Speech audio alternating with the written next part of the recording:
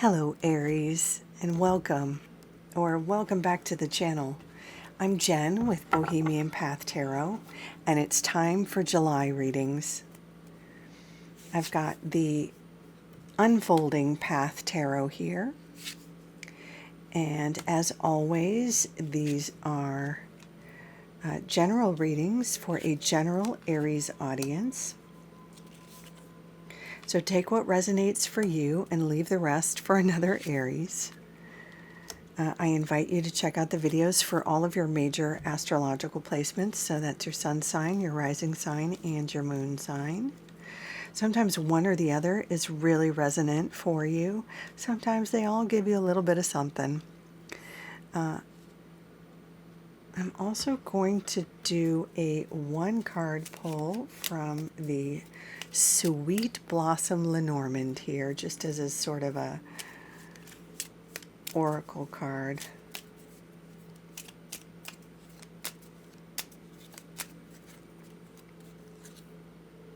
Oh, nice. Okay. So the child in Lenormand is kind of like the Fool in the tarot. It is for fresh starts, new beginnings. It indicates something like a new project, a new job. Let's go through the tarot and see where we might see how it connects. Starting with the Page of Wands and the Tower. Well, both of those could connect with the child. The pages can also be new beginnings, fresh starts. Sometimes they come with a message. Sometimes they come with an excitement in the area that they reign or rule. Pages, again, are sort of like the junior of the court cards. They have excitement. They're kind of the newbies. They might have new news or an invitation for you. The wands are the suit of the inspiration, sometimes creativity, sometimes athleticism. So this could be an invitation to something like a choir or an audition for a play, or you might be drawn to a theater company and want to investigate more about them. An actual person, a younger person, probably a younger person, a person younger than you, might have news for you or might make this offer or invitation.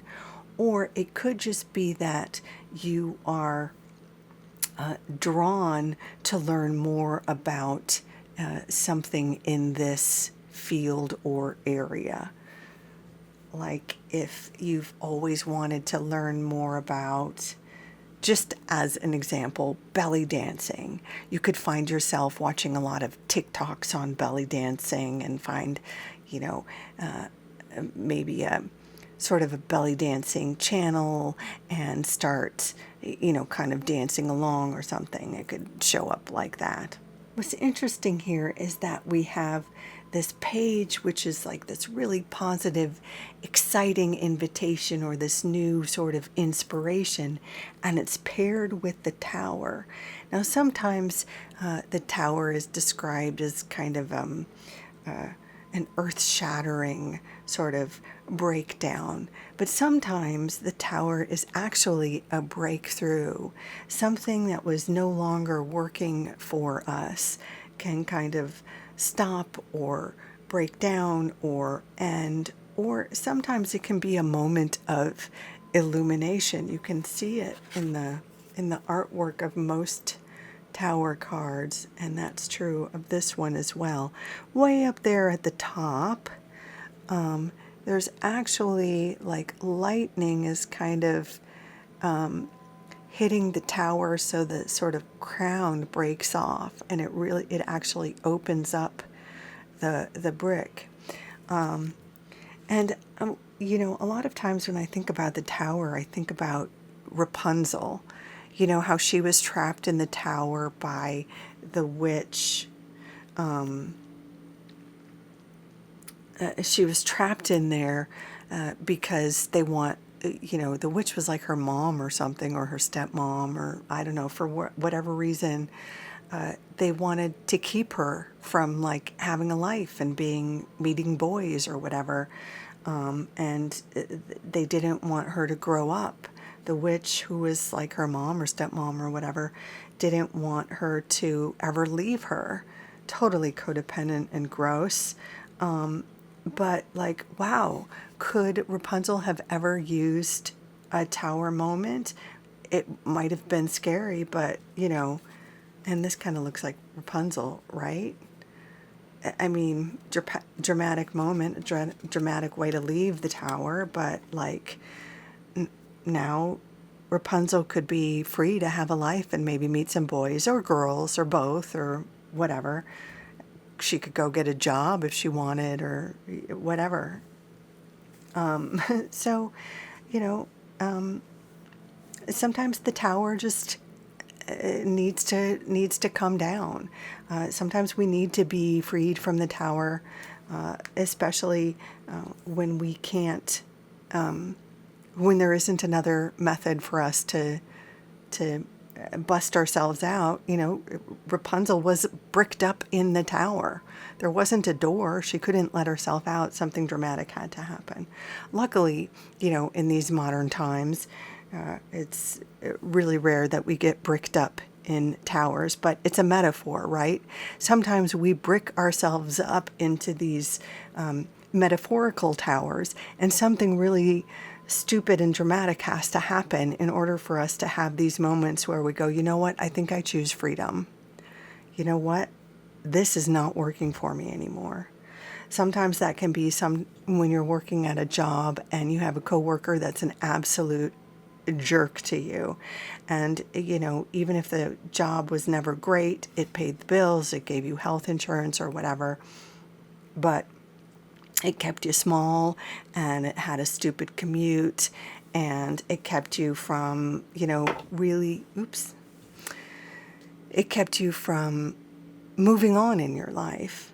But, the devil can sometimes be easier to deal with than the devil you don't know, until you can't anymore. And then you can have a tower moment, and, it just has to come crashing down, because the tower moment ends up being the coworker who is just too much of a jerk, and it breaks. This is a terrible metaphor, but maybe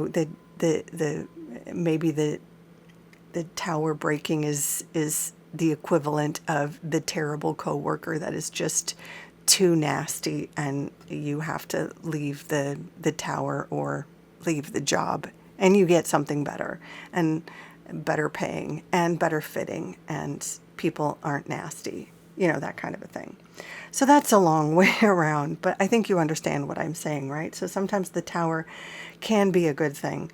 Rapunzel shouldn't be in the tower, and none of us should be at dumb jobs with nasty coworkers. So,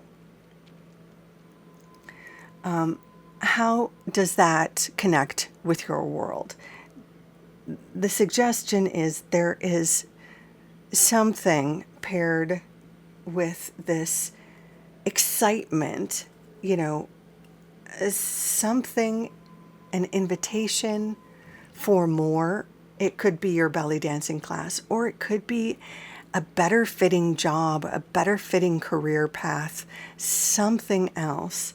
Something can be removed, or you can remove yourself from this tower, Rapunzel, so that you can have more of this excitement, so that you can, have more freedom. You don't have to live locked away, trapped in a no fun world. Wow, that was a long way around, that metaphor. Take that as it resonates for you, Aries. In the next column, we see a lot more fun. So whatever you did to release you release yourself from the Tower. It is working.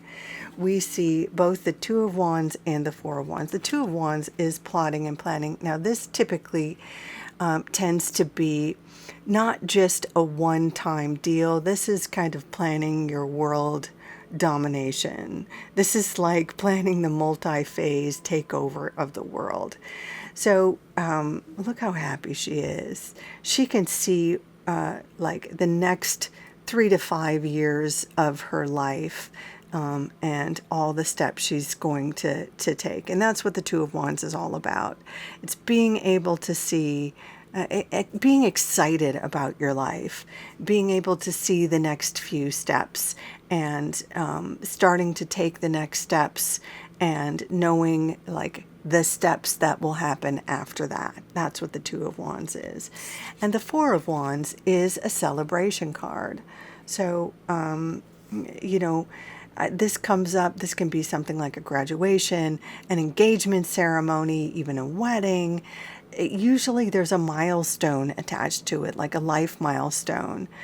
You may have some sort of achievement attached to it, but a reason to invite friends, family, loved ones to witness a ceremony, a celebration of some kind.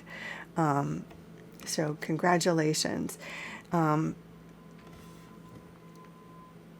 You know, as I'm thinking as I look, because this can sometimes be a wedding card or, you know, like an engagement, it dawns on me that the Tower card can also be something like, you know, when you have a major life milestone, like getting engaged or getting married or retiring, you know, when you have a major life milestone, that too can be a bit jarring when you have that major sort of life change, like you have to move, like when you have to pack up your desk, when you have to move in with your new lover.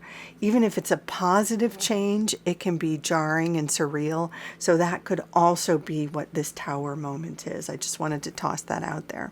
Okay, so we've covered these two. Now, it's so interesting because over here we have a Tower moment where there's movement and change. Over here we have the Hanged One. In this deck, it's just called Hanged, but that seems like really unfinished, right? I tend to call this card the Hanged One. But the artwork on this is so beautiful, right? Sometimes the Hanged One looks like a little bit tortured, but she looks like she's doing some gymnastics. Like she's absolutely in control of what's happening here.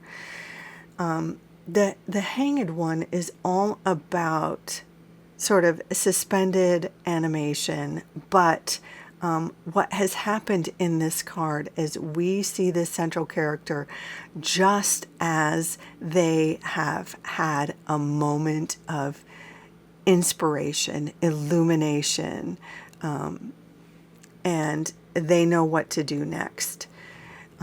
Previous to this moment of inspiration, they had to take a little time out. They had to get a different perspective.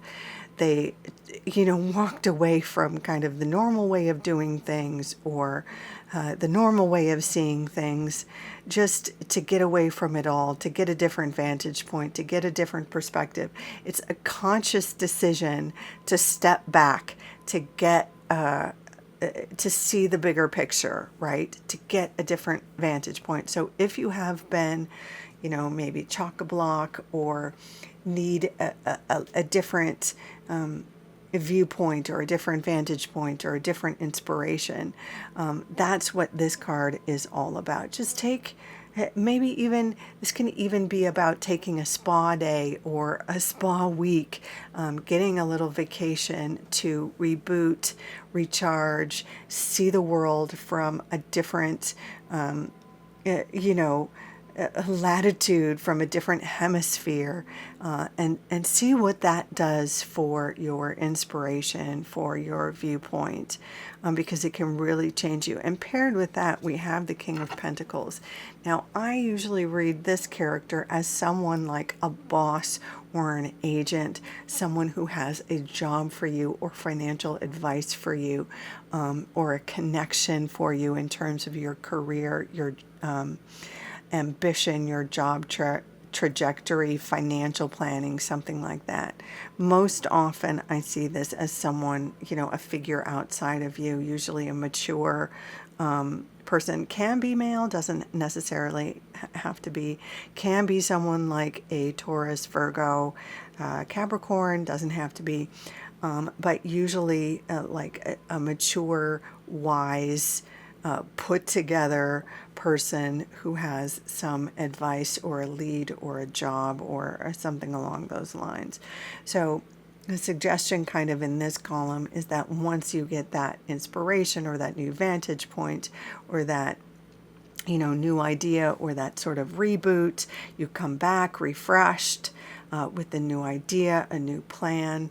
Even after you've done this sort of planning over here, and bringing your new idea to your financial planner or your agent or whatever this is, and he's or she has great news for you as well.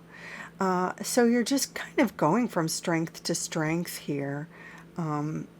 So whatever the new project is, it may be just in the beginning stages, but you can see how you can take it further into the future. And there's much to celebrate. Yeah, even your banker or whoever this character, it could also just, it could be your dad or your rich uncle approves. So what a cool reading. I hope you love it, Aries. I also want to point out too that whatever is going on here, like I love how these two cards kind of echo each other in a weird way.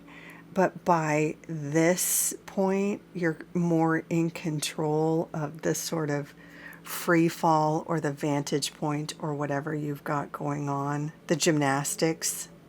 Yeah, okay, I'm going to leave it there. Cool reading. I hope you love it, Aries. If so, I invite you to give a thumbs up, subscribe. I'd love to see you around.